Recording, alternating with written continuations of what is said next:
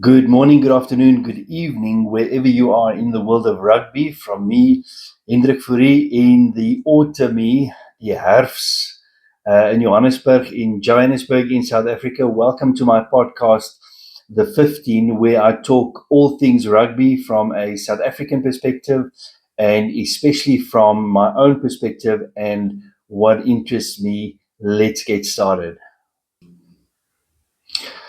So first up, we're just going to look at a few things in general before we get to all the results of the weekend.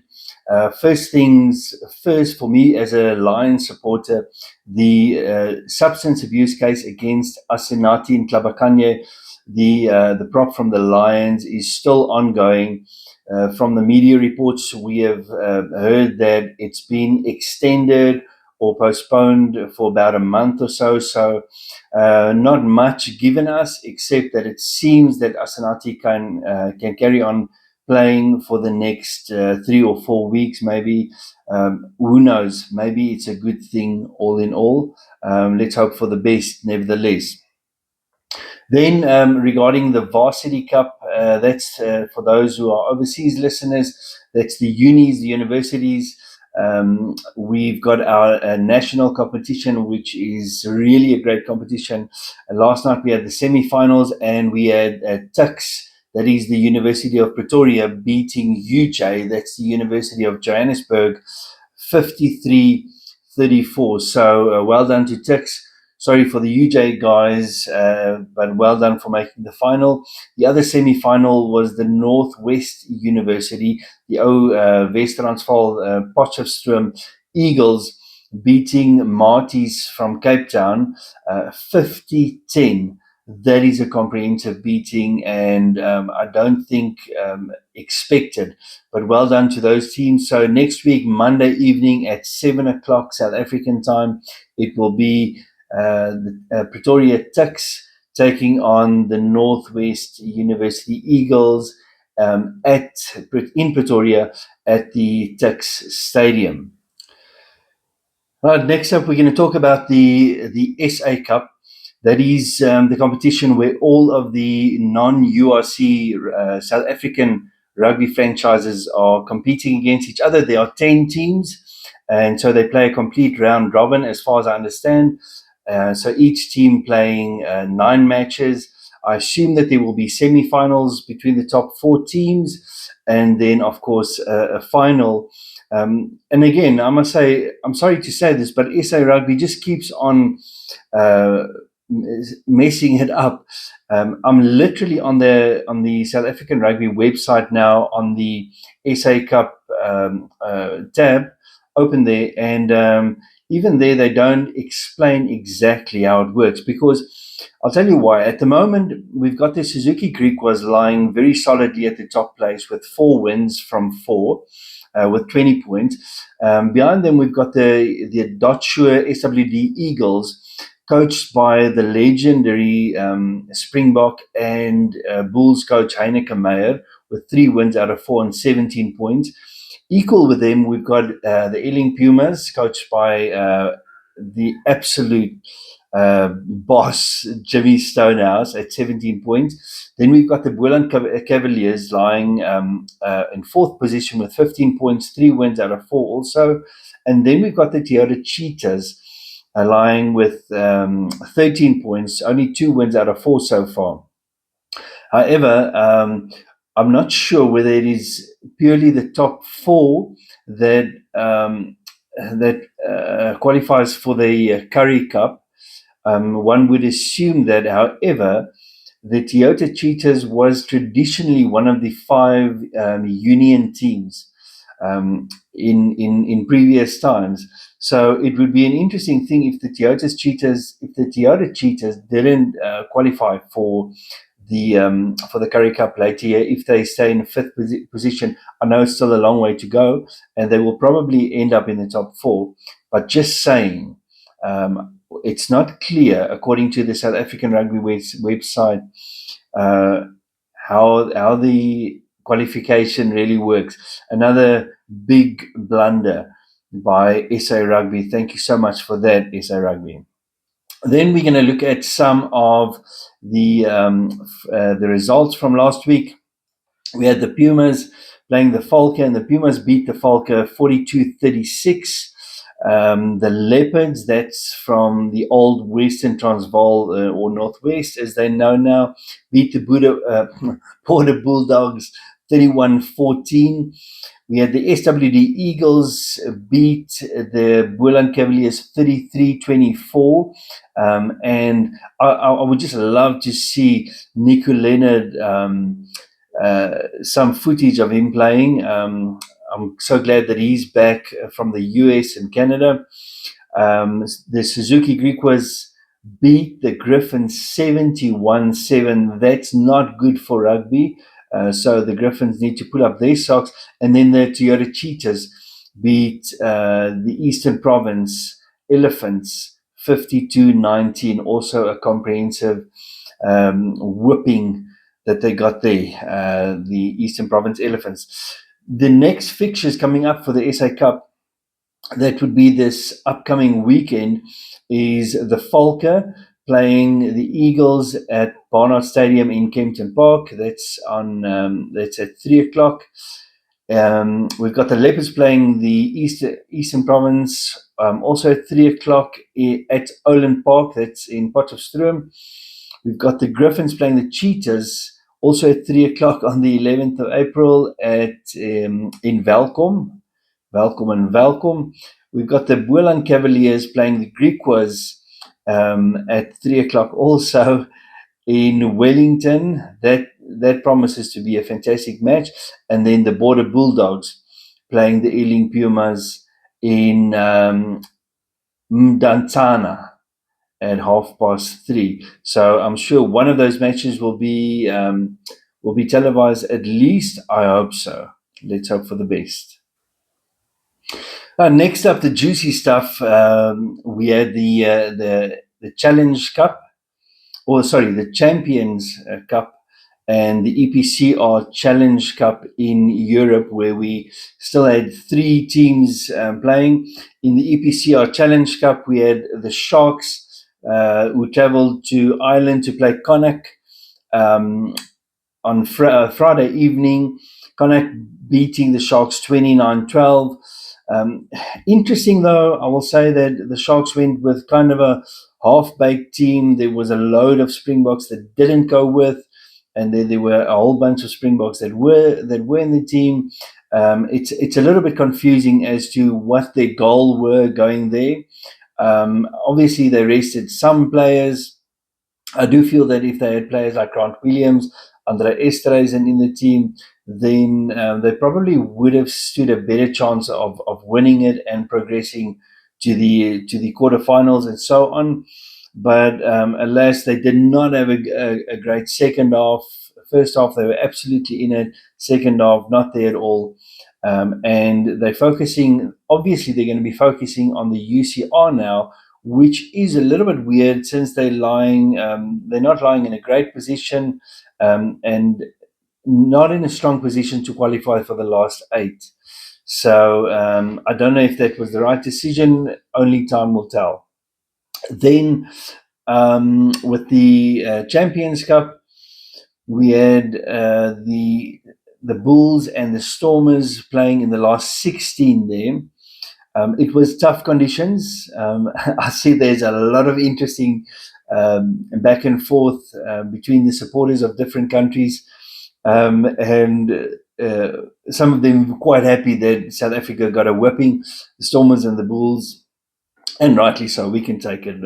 We can take it on the chin. I don't mind that. There was a controversial. There was a controversial decision by the referee in the Toulon Stormers game, where a yellow card was given for a collapsed maul close to the try line, but there was no penalty try given, and that's got a lot of the Stormers fans up in arms.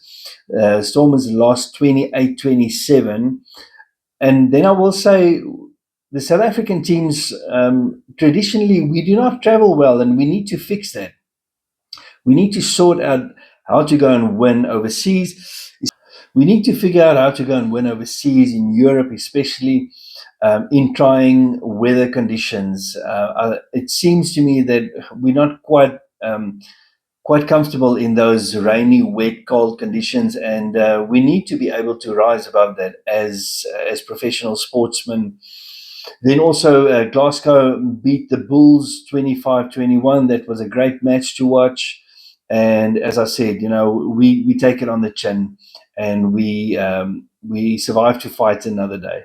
And another day for us in this moment is the URC, where we will hopefully come back much stronger. So, in terms of international club rugby, there's no South African teams involved next weekend. I'm sure that a lot of the overseas supporters are quite enthralled by that. We are not so enthralled, except that it gives all of our teams a week's rest. But we're going to talk about that a little bit later when we discuss the URC. Also, I think there's one other thing that we can discuss in the Toulon Stormers game. A lot of people are crying offside. I think it was for the number 7 of Toulon, and the referee rightly said that if he had a foot on the line, he was deemed as being in the goal area, and that's right. I actually went to look up the rugby laws. That's 100% right. Inside, touching the line, he's inside his goal area, and he was legal to do that. It's like when your foot touches the outline or the sideline, you are deemed as being out. Even though the rest of your body is inside, you are deemed as being outside, and the same principle applies there. So I'm not going to cry too much about that decision. However, the penalty try not given for where the yellow card was given for a maul brought down, that is quite questionable, but we'll leave it there. That's history. I'm not too concerned about that anymore. Right, so as I said, this coming weekend, from a South African perspective, we don't have matches, so it would be wonderful to watch the SA Cup, and hopefully there'll be at least one of those matches televised, seeing as that there won't be any other South African teams involved with the URC or the Challenge or the EPCR Cup or the Champions Cup this weekend.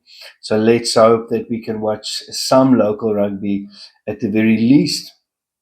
However, just to give you a bit of a reminder that not this coming weekend, but the weekend after that, we kick off again with the URC in round 15, and we will have the Dragons versus the Bulls, and that will be in Wales. So the Bulls away against the Dragons on Friday, the 17th of April. That'll be 9:15 South African time in the evening.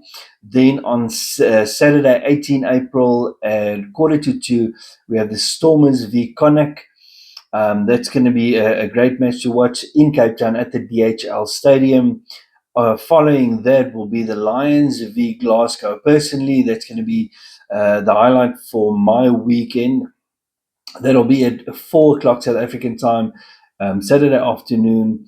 That is going to be an interesting match for the Lions. It will be so far truly the match that will test the Lions to see if they are on par on where they should be. They've been having really good success. We're lying 5th on the table, and it's going to be interesting to see how we deal with a very consistent Glasgow team. The fact that we have home ground advantage will be a small advantage, but we still need to play solid rugby throughout.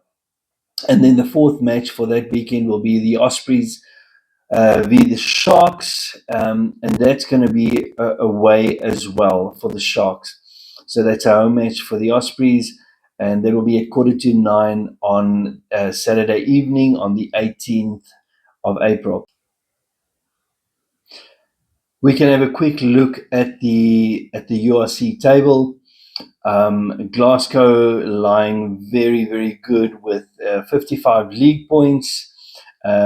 They've played 14 and won 11. So that's the Lions' up and coming match. It's going to be an interesting one. Second, the Stormers with 11 wins from 14. So even they've had a bit of a bumpy ride the last few weeks.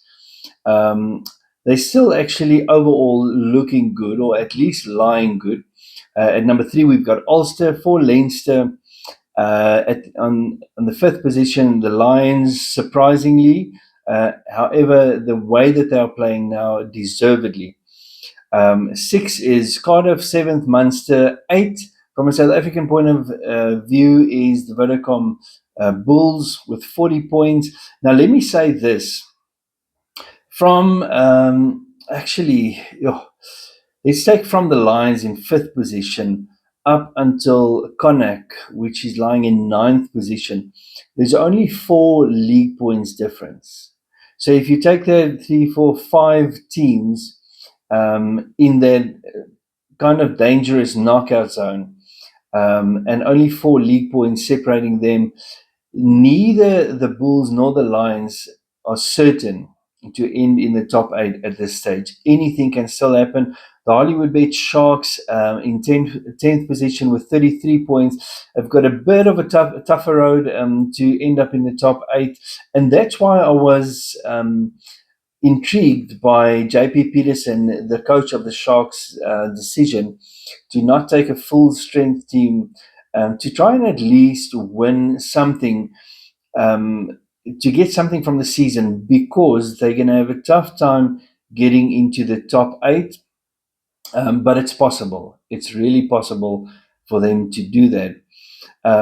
Below them, we've got the Ospreys at 11, and then we have got an unfortunate Edinburgh at 13. Scarlets, Dragons, Zebra making up the rest of the table. So that's going to be quite interesting. Based on performance at the moment, I'm going to give my prediction. It might change. It probably won't, but it might. For the Dragons v Bulls, because it's an away game for the Bulls, and the Dragons are in desperate need of some positive results. And it's not like they've been playing bad. They've actually been playing good rugby. I'm going to give that match to the Dragons by less than 5, though. Given their home ground advantage, the fact that the Bulls have been overseas, they're going to be back a week, then they've got to go back overseas. And as I said earlier, we don't travel well. The second match, Stormers v Connacht. I'm going to give to the Stormers, but by less than 5. The Stormers are unconvincing at the moment.